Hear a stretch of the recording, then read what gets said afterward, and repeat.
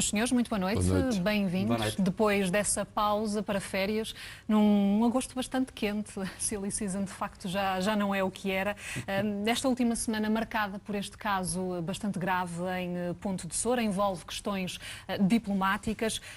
António Vitorino, como é que tem acompanhado o caso, nomeadamente a resposta das autoridades portuguesas? Tem sido a mais adequada? Eu acho que há uma coisa que é óbvia, a única para mim que é óbvia, é que há uma agressão, há agressores e tem que haver um inquérito policial conduzido pelo Ministério Público para imputar responsabilidades. E isso é completamente irrelevante saber qual é a natureza da entidade e da pessoa que praticou a agressão. Porque a questão da imunidade só se colocará mais tarde no processo. Para já, o que é fundamental é que haja um inquérito rápido, célere, que recolha as informações disponíveis, os depoimentos, e que impute responsabilidades por esta agressão.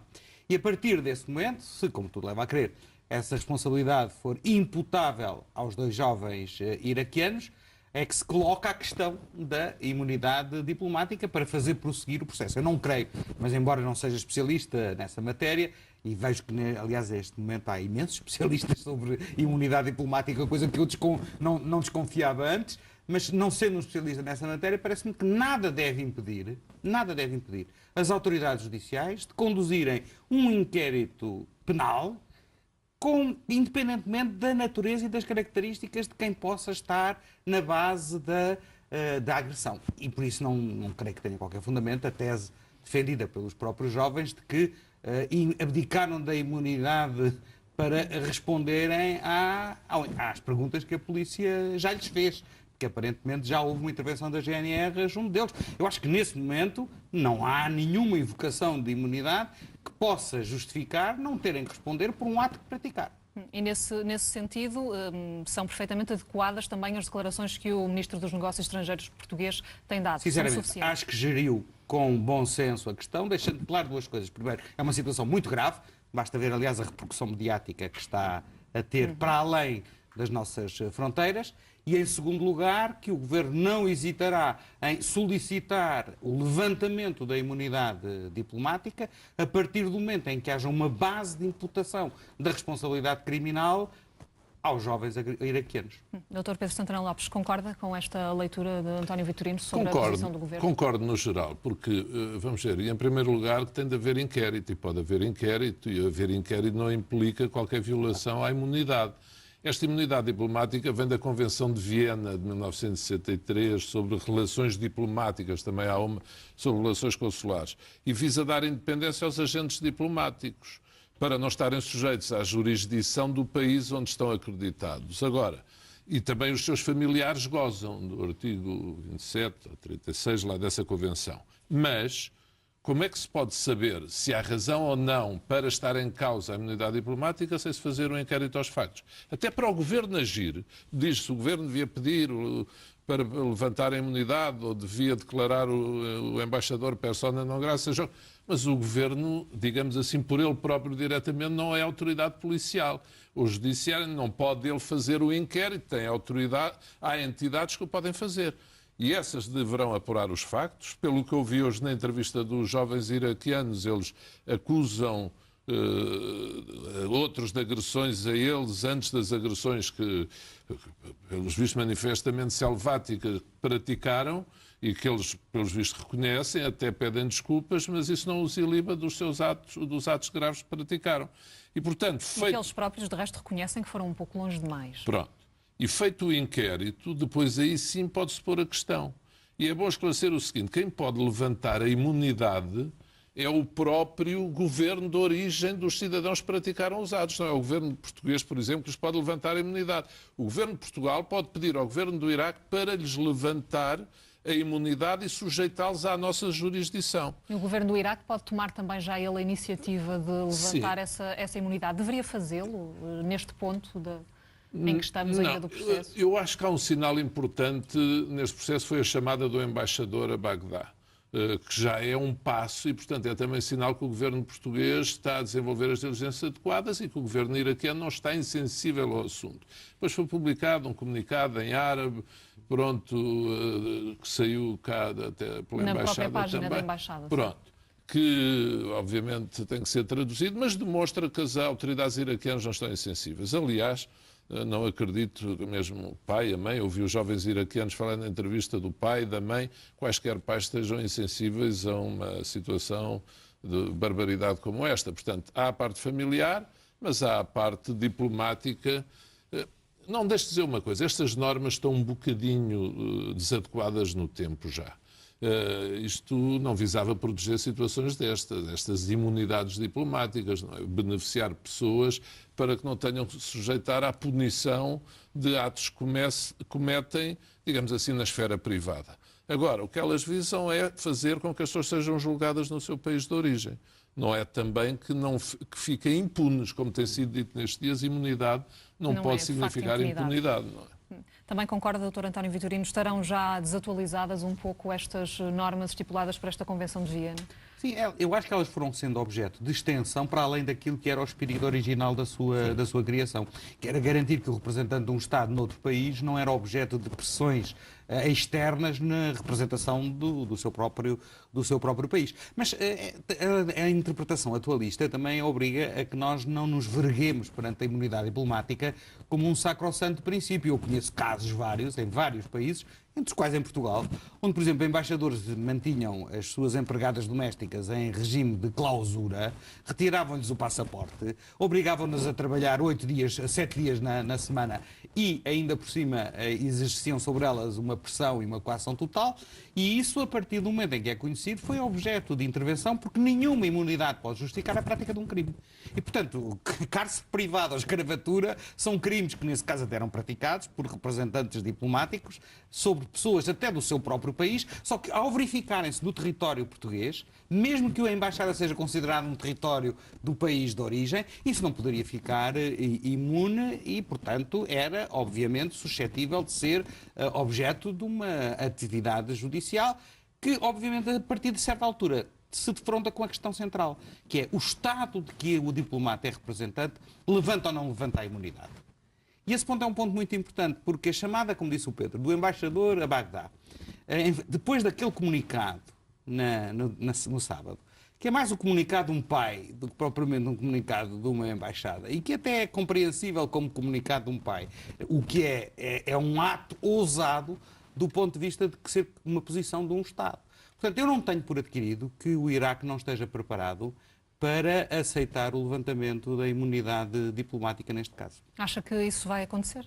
Admito que essa hipótese está em cima da mesa e que a chamada do embaixador a Bagdá tem a ver com aquilo que provavelmente pode ser interpretado como um ato demasiado ousado ao tentar, e isso é grave, o embaixador imputar motivações racistas e motivações religiosas para a agressão que os filhos terão sido objeto da primeira vez, na primeira fase da confrontação. Como disse o Pedro, a legítima defesa não tem qualquer fundamento, porque tudo leva a crer, segundo os dados que são conhecidos, que depois o jovem Ruben foi objeto de uma agressão violenta quando já estava sozinho e, portanto, foi verdadeiramente um ato de vingança e isso não pode deixar ser passar em claro.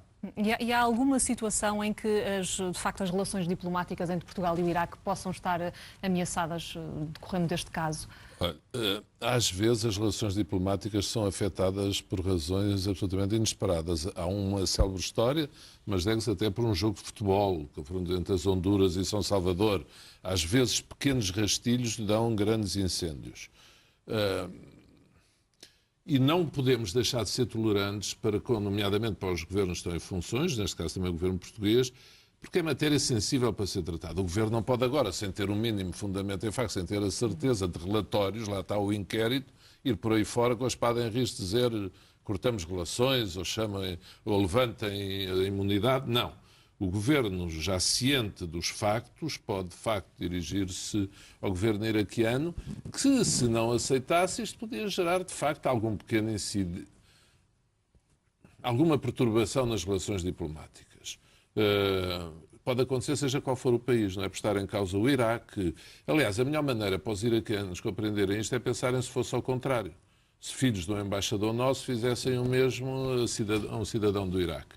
E, portanto, agora causar alguma perturbação se não correrem bem as negociações, é por isso que também nesta matéria é evitável a diplomacia do megafone. Deve ser tratado com discrição, por muito que o caso tenha grande repercussão mediática, ir informando a opinião pública com aquilo que é dever de informação mínimo. Agora, o que importa esclarecer é, concluído o apuramento dos factos, depois ou há participação, queixa-crime, há um processo de entrada em tribunal ou nas autoridades judiciais ou de investigação, e quando elas chegarem a uma conclusão e quiserem demandar os jovens iraquianos, aí é que tem que ser pedido o levantamento de imunidade se o governo iraquiano não tiver decidido antes fazê-lo. Portanto, quando se diz levanta, é amanhã, é depois, não. Primeiro tem que haver este ato, ou da parte de um tribunal, ou da parte de uma autoridade de investigação, chegar a uma conclusão, entrar um processo, uma queixa, chega ao momento certo de demandar os jovens, se for esse o caso, iraquianos, aí dirigem-se ao Ministério dos Negócios Estrangeiros a pedir o levantamento da imunidade diplomática. Para o governo português, pedir o levantamento da imunidade diplomática ao governo iraquiano. E se chegarmos a esse ponto, o Iraque poderá optar por sacrificar, chamemos-lhe assim, este embaixador, em vez de pôr em causa as relações com Portugal? Vamos ver. A questão depende da maneira como também o processo for instruído, qual for a evidência que for apresentada. Agora, eu creio que as declarações das autoridades de Bagdá, até este momento, vão no sentido de dizer que pretendem preservar uma relação sólida com Portugal e, portanto, eu tenho a expectativa de que haja bom senso dos dois lados.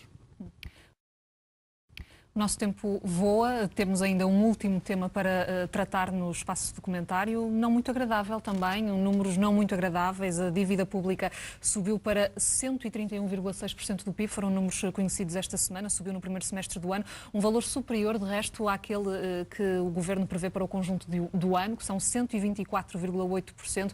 Olhando, Dr. António Vitorino, para a estratégia do Governo nestes últimos tempos, é possível ainda chegar a essa meta proposta? Bom, eu não sou adivinho, não sou mago. É óbvio que a subida é uma inversão de uma tendência. Não é um número que não tivesse já sido atingido no passado, mas que há uma inversão da tendência que havia de descer o peso da dívida sobre o PIB. Mas também é preciso dizer que o efeito que isso tem mais preocupante não é quanto à meta, é quanto ao que nós estamos a pagar para nos financiarmos nos mercados. Isto é, a subida da taxa de juro a 10 anos, que se verificou durante esta semana, oscilou à volta dos 3%, o que é manifestamente um desvio muito significativo em relação, por exemplo, à taxa de juro alemã, 300 pontos base de diferença é preocupante e que provavelmente está a ser contida pelo facto do Banco Central Europeu estar a intervir no mercado da dívida secundária ao comprar dívida pública portuguesa. Portanto, eu não creio que o problema seja tanto a questão da subida da dívida pública, mas sim da repercussão que essa subida da dívida pública tem no preço que nós estamos a pagar para reformularmos a dívida, isto é, para contrairmos novos empréstimos no mercado, e o IGCP vai ao mercado até ao final deste mês, segundo eu creio, de novo, colocar a dívida pública e teremos que ver quais são as condições em que essa colocação da dívida pública vai ser colocada nos mercados. Esse é o aspecto que eu acho mais preocupante. Porque quanto à subida em si mesma, toda a gente já percebeu que aquele objetivo do Tratado Orçamental não é respeitado, não é só por Portugal. Outra das consequências, pelo menos desta subida, poderá ser também o impacto que isso pode ter na opinião das agências de rating. Ainda esta semana ouvimos avisos da Fitch, também da canadiana DBRS, essa sim também importante no que toca à dívida portuguesa, é ela que nos permite continuar no programa do compra de dívida do BCE. É esse também o principal risco, Dr. Santana Lopes? É. O António já revelou um aspecto preocupante da consequência no nível de encargos da nossa dívida, dos juros. Eu gostava de referir também que a preocupação é aquilo que está ligado. Esta subida da dívida é um pouco uma manifestação de alguns sinais complicados que foram conhecidos nos últimos tempos. O aumento da dívida reflete também o quê? Aumento de financiamento, nomeadamente junto de empresas e privados, financiamento externo e oscilações na relação com o exterior também. E revela, e está associado aos números que foram conhecidos sobre um anémico crescimento económico, houve dados positivos em relação ao desemprego, mas o que é facto é que, mesmo havendo endividamento para financiar famílias e particulares, mesmo havendo consumo, aumento do consumo, que tinha sido a estratégia seguida para amparar também o crescimento, isto conjugado com a quebra grande nas exportações e com o investimento praticamente nulo, é um quadro complexo que eu julgo que justifica uma avaliação por parte do Governo e da maioria que apoia o Governo em relação aos resultados da estratégia seguida até aqui. É evidente que estamos a meio do ano. Mas projetar isto para o final do ano, melhor do que ninguém, o Governo e o Ministério das Finanças saberão que, pronto, tendo havido alguma capacidade de recolher receita e alguma outra de conter despesa, o que é que isto levará até ao final do ano? Pode ser, também o final do ano só será conhecido em março, abril, mas quer dizer, não passa pela cabeça de ninguém que o governo do país, qualquer governo, e nomeadamente este também, esteja interessado em esconder o mal. E, portanto, neste momento em que há sinais preocupantes, é a altura de fazer o balanço, dizer, será este o caminho? O que é que devemos corrigir? Porque, repito, investimentos, exportações, aumento da dívida, de facto, esse nível de crescimento também no conjunto da economia, isto para não falarmos do sistema financeiro, é muito difícil ser governo nestas situações dos tempos atuais e, nomeadamente, num país com as dificuldades que Portugal tem. E com um agosto que também ele foi, diria até, um pouco difícil também de gerir para este governo. António Vitorino, Pedro Santana Lopes, obrigada a ambos pelo comentário esta noite.